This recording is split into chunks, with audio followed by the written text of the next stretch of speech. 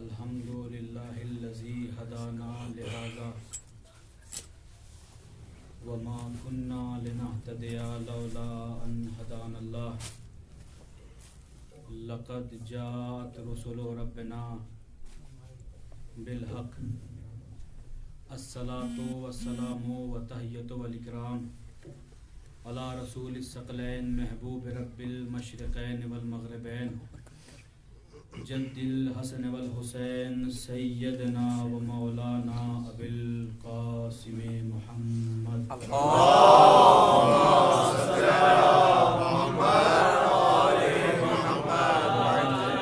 طیبین الطاہرین المعصومین المظلومین ولعنۃ اللہ علی اعدائہم اجمعین من یومنا ھذا الی یوم الدین اما بعد فقط قال اللہ تبارک و تعالی فی کتابہ الاعلی واصدق الصادقین وقولہ الحق بسم اللہ الرحمن الرحیم افلا یتدبرون القرآن لو کان من عند غیر اللہ لوجدوا فیہ اختلافا کثیرا. صلوات پڑھیں. اللہم صل علی محمد عزیزان محترم اور صلوات پڑھیں محمد آل محمد. اللہم صل علی محمد بسم اللہ بسم اللہ بسم اللہ حضور والا بسم اللہ. اور بزرگان قوم و ملت، علماء اکرام اور فضلاء اکرام، پروردگار عالم اپنی پاک اور پاکیزہ کتاب، لا ریب کتاب، بے عیب کتاب، وہ کتاب کہ جس پر ہر مسلمان کا ایمان ہونا ضروری ہے. اگر کتاب پر ایمان نہ ہو تو مسلمان نہیں. ایسی کتاب جس کا ہر حرف حق ہے، جس کا ہر لفظ حق ہے، جس کی ہر آیت حق ہے، اس پاک و پاکیزہ کتاب میں قرآن کے متعلق، اسی کتاب کے متعلق ارشاد فرماتا ہے کہ اگر یہ قرآن، یہ کتاب کسی غیر اللہ کی طرف سے ہوتا، اگر یہ کلام اللہ کے علاوہ کسی اور کا ہوتا تو تم دیکھتے اس میں اختلاف پایا جاتا. اور صرف اختلاف نہیں کہا اللہ نے، وجدو، آپ اس میں پاتے اختلافاً کثیرا، بہت زیادہ اختلاف ہوتا. اس کا مطلب یہ ہے کہ یہ کتاب وحدہ لا شریک کا کلام ہے، اور اس کتاب پر عمل کرنے والا مسلمان، اللہ نے اس کتاب کو اسی لیے بھیجا تاکہ انسان اس کتاب کو پڑھتا جائے، اپنی زندگی سنوارتا جائے، اپنے اختلافات کو دور کرتا جائے. اور اللہ نے کیا کہا؟ افلا یتدبرون القرآن، یہ قرآن میں غور و فکر کیوں نہیں کرتے؟ یہ قرآن میں فکر اگر کریں گے ان کو ملے گا. اللہ نے قرآن میں جگہ جگہ ارشاد فرمایا افلا یتدبرون القرآن، قرآن میں غور و فکر کیا کرو. قرآن میں غور و فکر کیوں نہیں کرتے؟ لیکن کہیں بھی اللہ نے یہ نہیں کہا کہ قرآن کو حفظ کر لو. اللہ نے ہر جگہ پر قرآن میں ارشاد فرمایا کہ قرآن میں غور و فکر کرو، قرآن میں تدبر کرو، قرآن پہ تفکر کرو. لیکن اللہ نے کہیں نہیں کہا کہ قرآن کو حفظ کر لو. پروردگار عالم آپ حضرات سے، تمام کائنات کے انسانوں سے روز محشر صرف انہی چیزوں کا سوال کرے گا جو اللہ نے انسان پر واجب کی ہوئی ہے. اگر نماز واجب ہے تو نماز کا سوال ہوگا، روزہ واجب ہے تو روزے کا سوال ہوگا، حج واجب ہے تو حج کا سوال ہوگا. اللہ روز محشر یہ نہیں پوچھے گا کہ قرآن حفظ کیا یا نہیں کیا، لیکن یہ ضرور پوچھے گا قرآن میں تفکر کیا یا نہیں کیا.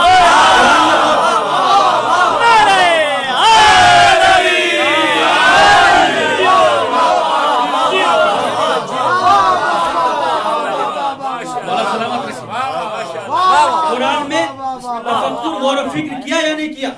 البتہ حفظ کرنا بہت بڑی سعادت ہے، بہت بڑا کمال ہے. اور یہ حفظ کرنے کی عادت جو کہاں سے چلی ہے بتاؤں؟ ایک حدیث علماء نے لکھی کہ جو قرآن کو حفظ کر لے، جو قرآن کو حفظ کر لے، جو قرآن کو رٹ لے، وہ اتنا بڑا با اختیار ہوگا روز محشر کہ اپنی گزری ہوئی 7 نسلیں اور آنے والی 7 نسلیں جنت میں لے جا سکتا ہے۔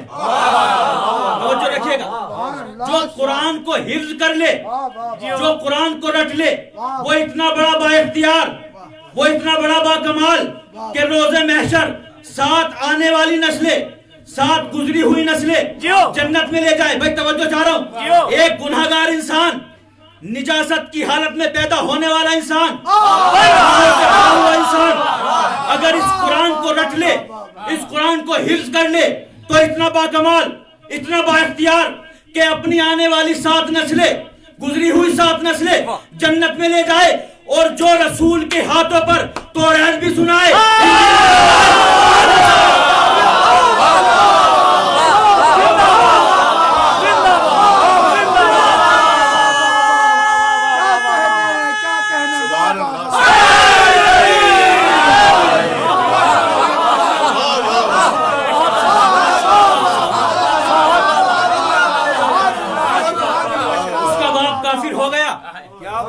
جو رسول کے دنیا میں آتے ہی رسول کے ہاتھوں پر تمام آسمانی کتابوں کی تلاوت کرے،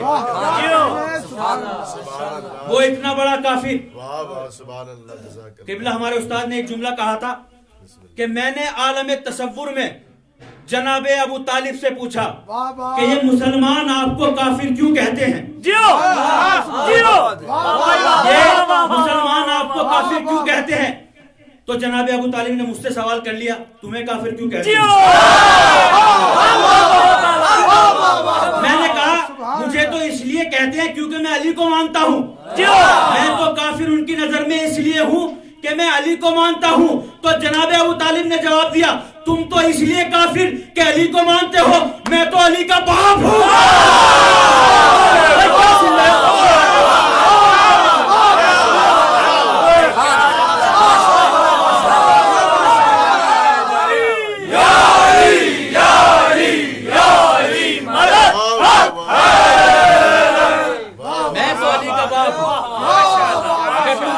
کی بنا پر کافر ہو تو علی تو میری گود میں پل کر پروان چڑھا ہے۔ تو پروردگار عالم نے قرآن مجید میں جگہ جگہ ارشاد فرمایا کہ اس قرآن مجید میں غور کیجئے، تفکر کیجئے، تدبر کیجئے، تاکہ انسان، یہ مسلمان، اپنے بیچ کا جو درمیان کا جو فاصلہ ہے، جو اختلاف ہے، اس کو دور کر سکے۔ قبلہ نیاز صاحب، تاکہ انسان اپنے دور کے اپنے فاصلے کو، اپنی دوریوں کو کم کر سکے اور اتحاد کے ساتھ رہ سکے۔ قرآن اتحاد کا پیغام دیتا ہے، قرآن کہہ رہا ہے کہ اتحاد سے رہیے، لیکن معاشرے کو آپ دیکھیے کہ آج مسلمانوں میں اتحاد تو ہونے کی بات بہت دور، اختلاف اتنا بڑھ گیا کہ مسلمان کو مارنے کے لیے تیار ہے، اور دلیل بھی اسی قرآن سے لے کر آتا ہے، قتل کرنے کے لیے تیار ہے۔ تو کیا یہ قرآن کی خطا ہے؟ کیا قرآن کی وجہ سے مسلمانوں میں اختلاف ہو رہا ہے؟ کہا نہیں، قرآن کی وجہ سے اختلاف نہیں ہے۔ صلوات پڑھیں محمد آل محمد۔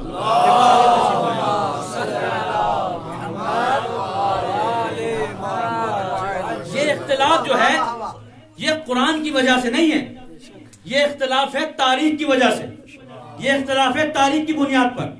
جس نے اپنا دامن تاریخ سے متمسک کیا، جس نے اپنا تکیہ تاریخ پہ کیا، اور جس نے اپنا تکیہ قرآن کو بنایا، جس نے اپنا دار و مدار قرآن کو بنایا، مسلمانوں میں دو فکر ہو گئی، اس لیے کہ بہت سے مسلمانوں نے تاریخ کو اپنا دار و مدار بنایا اور تاریخ کا دامن تھاما، اس لیے کہ تاریخ یہ اختلاف ہونے کی بنا تاریخ ہے، تاریخ کی وجہ سے مختلف ہوئے مسلمان، آپس میں اختلاف کیوں ہوا؟ کیونکہ تاریخ کا دامن تھاما۔ بھائی تاریخ وحدہ اللہ شریک کا کلام نہیں ہے، تاریخ اللہ کا کلام نہیں ہے، تاریخ تو لوگوں نے درہم و دینار دے کر لکھوائی، تاریخ نے تو کائنات کے سب سے بڑے جھوٹے کو صدیق اکبر لکھ دیا۔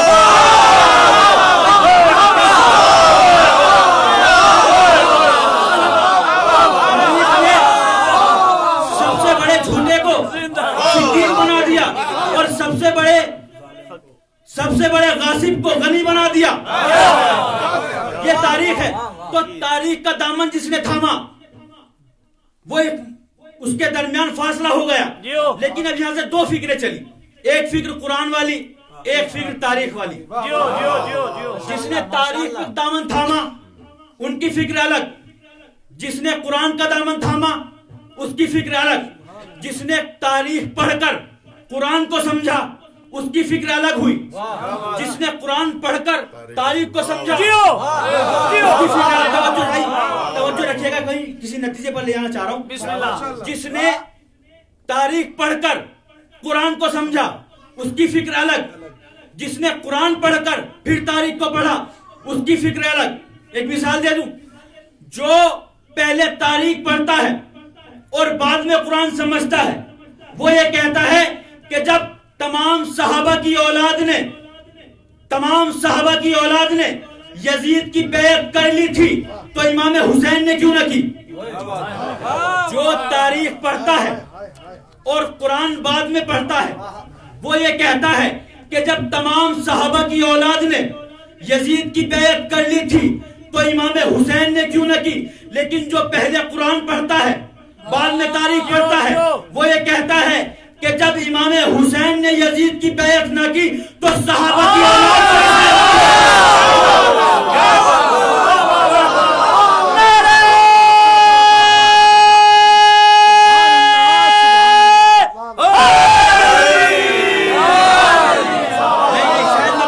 پہنچا نہیں پایا.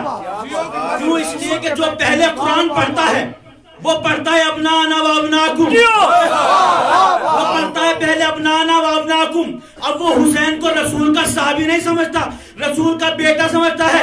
اما جب رسول کے بیٹے نے یزید کی بیعت نہ کی تو صحابہ کی اولاد کو کس نے دیا؟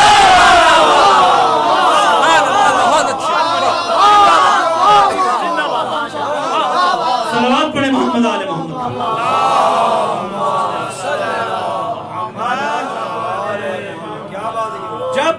رسول کے بیٹے نے یزید کی بیعت نہ کی تو پھر صحابہ کی اولاد کو کس نے حق دیا؟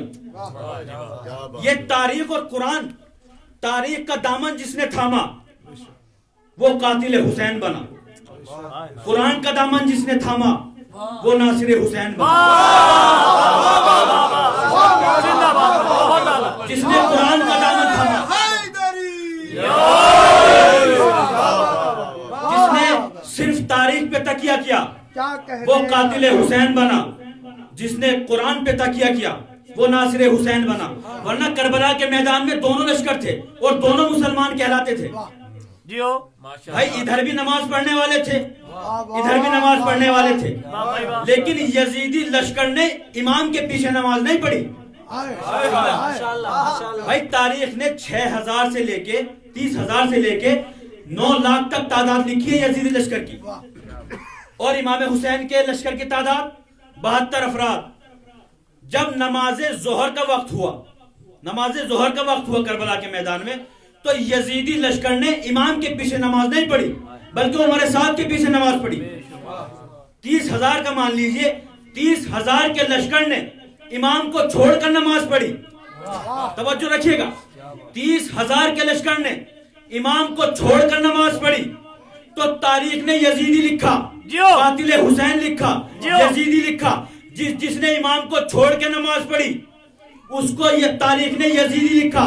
جبکہ نماز میں قرآن ان کی بھی پڑھا جا رہا تھا, نماز میں قرآن ان کی بھی پڑھا جا رہا تھا, نماز میں اللہ کی وحدانیت کی گواہی ادھر بھی دی جا رہی تھی, ادھر بھی دی جا رہی تھی, رسول کی گواہی ادھر بھی دی جا رہی تھی, رسول کی گواہی ادھر بھی دی جا رہی تھی, قرآن ادھر بھی پڑھا جا رہا تھا, قرآن ادھر بھی پڑھا جا رہا تھا, سجدے ادھر بھی تھے, سجدے ادھر بھی تھے, رکوع ادھر بھی تھے, رکوع ادھر بھی تھے, تشہد ادھر بھی تھے, تشہد ادھر بھی تھے, سلام ادھر بھی تھا, سلام ادھر بھی تھا. لیکن جس نے امام کو چھوڑ کر نماز پڑھی تاریخ نے اسے یزیدی لکھا. اس منبر کے حق کی قسم 1400 سال سے آج تک ہم یہی تو سمجھاتے آ رہے ہیں, جو انہیں چھوڑ کے نماز پڑھے وہ یزیدی ہوتا ہے, صحابی نہیں ہوتا.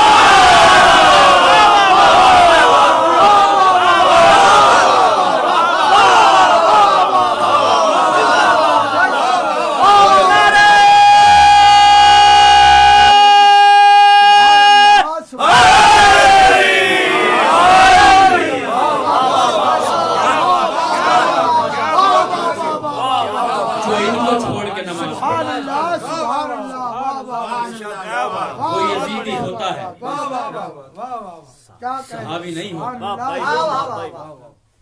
یہ یہ تاریخ اور قرآن کی بنیاد ہے. جس نے تاریخ کو اپنا سرنامہ بنایا اس پر آج بھی لعنتیں ہو رہی ہیں.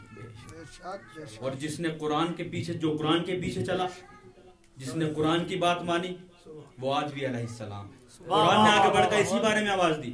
سورہ یاس والعصر ان الانسان لفی خسر الا الذین آمنوا.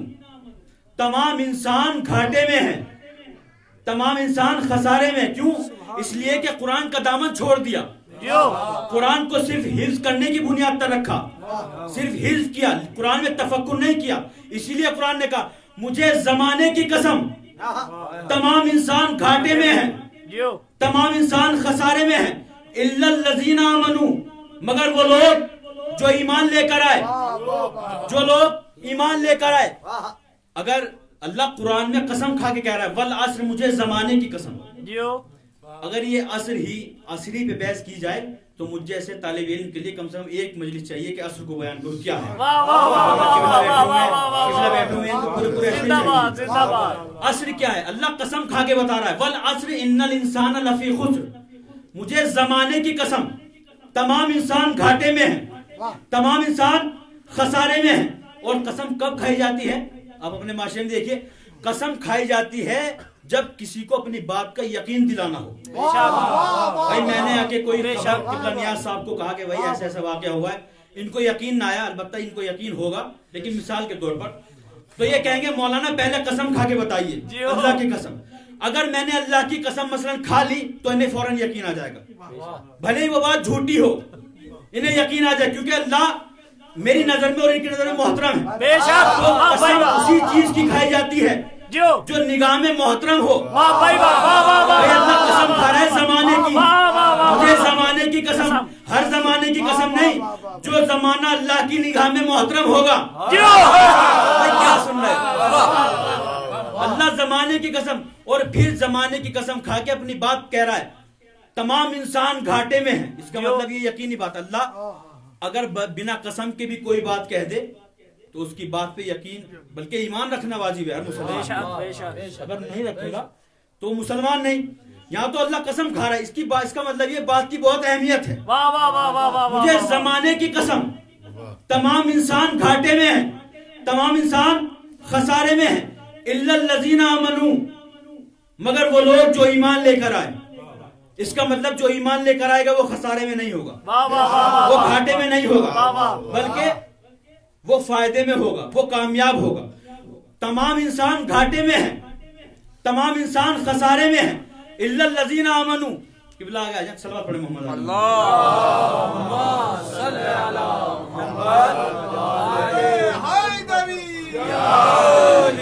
تمام انسان گھاٹے میں ہیں مگر وہ لوگ جو ایمان لے کر آئے. میرے مالک اے پروردگار, جو ایمان لے کر آئے گا اس کو کیا دے گا, اس کا انعام کیا ہوگا؟ پھر اللہ نے سورہ بروج میں ارشاد فرمایا ان الذین آمنوا وعملوا الصالحات لہم جنات تجری من تحتها الانہار ذالک فوز الکبیر. جو ایمان لے کر آئے اور عمل صالح انجام دے اس کے لیے جنت ہے. کیسی جنت؟ جس کے نیچے نہریں جاری ہیں. ذالک فوز الکبیر, اور یہ بڑی کامیابی ہے.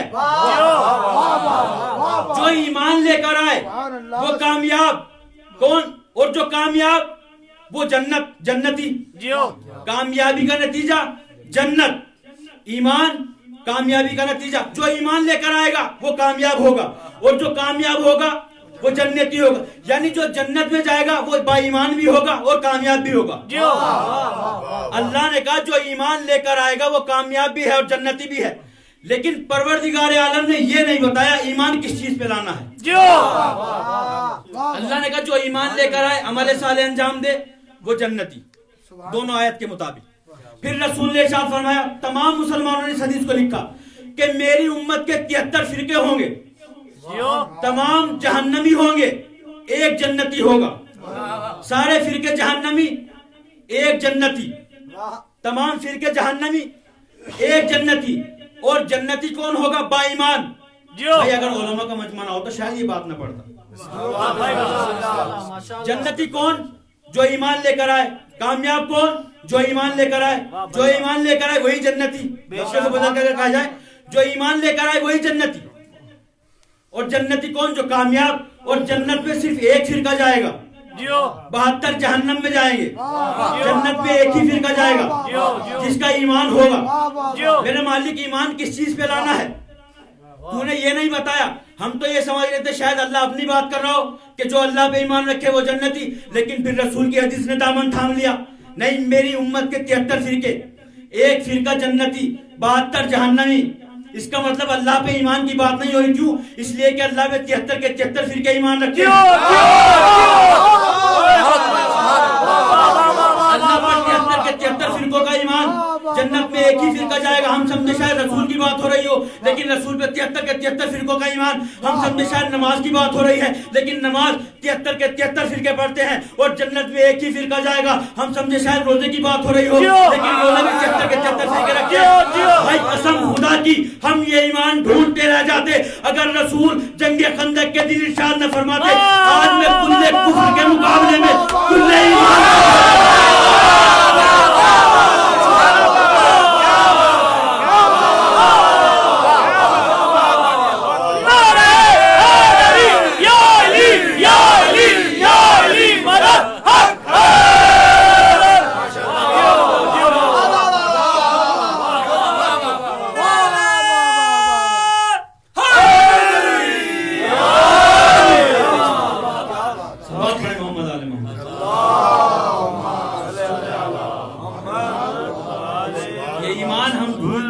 اگر رسول جنگ خندق میں ارشاد نہ فرماتے کہ میں آج کل کفر کے مقابلے میں کل ایمان کو.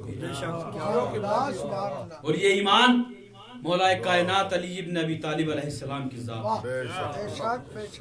اور یہ پروردگار کا لاکھ لاکھ شکر ہے کہ ہم نے علی کے دامن کو تھام لیا. یا لفظوں کو بدلوں, ہم نے اب قرآن کے دامن کو تھام لیا. پہلے ہم نے قرآن کو تھاما, پھر تاریخ کو دیکھا. جو تاریخ کا دامن تھامتے رہے اور قرآن کو چھوڑتے رہے, ان کا نتیجہ یہ ہوا کہ انہوں نے اللہ کو بھی جہنم میں ڈال دیا. لیکن الحمدللہ ہم نے قرآن کا دامن تھاما, ہم نے علی کا دامن تھاما. علی بھی قرآن ناطق ہیں ہم نے. اور یہ بتانے کی بھی ضرورت نہیں ہے کسی کو کہ ہم علی والے ہیں, اس لیے کہ علی سب جانتے ہیں.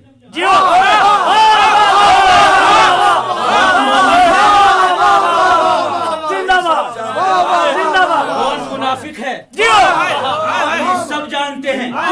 جب ظاہری خلافت مولا کائنات کو ملی اور مولا کائنات کے قدم منبر رسول پر آئے, منبر رسول پہ آنے کے بعد علی نے اعلان کیا سلونی سلونی قبل ان تفقدونی, مجھ سے سوال کرو, مجھ سے پوچھو. علی صرف یہ نہیں کہہ رہے تھے کہ مجھ سے پوچھو, نہیں, علی بتانا چاہ رہے تھے کہ علی تحت الثری سے لے کے ثریا تک کی خبر رکھتا ہے. علی جانتا ہے کہ زمین کے کتنے طبقات ہیں, علی جانتا ہے ان طبقات میں کون کون سی مخلوق ہے, علی جانتا ہے اس مخلوق کی کیا کیا تسبیح ہے, علی جانتا ہے ان کی تعداد کیا ہے, علی جانتا ہے زمین اور آسمان کے درمیان کتنا فاصلہ ہے, علی جانتا ہے پہلے آسمان میں کتنے ملائک ہیں, علی جانتا ہے ان کی تعداد کیا ہے, علی جانتا ہے ان کی تسبیح کیا ہے, علی جانتا ہے دوسرے آسمان پر کتنے ملک ہیں, علی جانتا ہے. علی کو معلوم ہے کہ اس زمین پر کتنے درخت ہیں, علی جانتا ہے ان درخت میں کتنے پھل ہیں, علی جانتا ہے ان پھلوں کی مٹھاس کیا ہے, علی جانتا ہے کتنے پھول ہیں, علی جانتا ہے کتنے پھل ہیں, علی جانتا ہے اس زمین کے کتنے ذرات ہیں, علی جانتا ہے اس زمین پر سمندر میں کتنا پانی ہے, اس کا وزن علی جانتا ہے, سمندر میں کتنا پانی ہے, علی جانتا ہے یہ برسنے والی بارش اس کے قطرات کتنے ہیں, علی جانتا ہے کتنی مخلوق ہے, علی جانتا ہے اس کائنات میں کتنے لوگ آنے والے ہیں, علی جانتا ہے کتنے لوگ موجود ہیں, علی جانتا ہے ان لوگوں میں کتنے مومن ہیں, علی جانتا ہے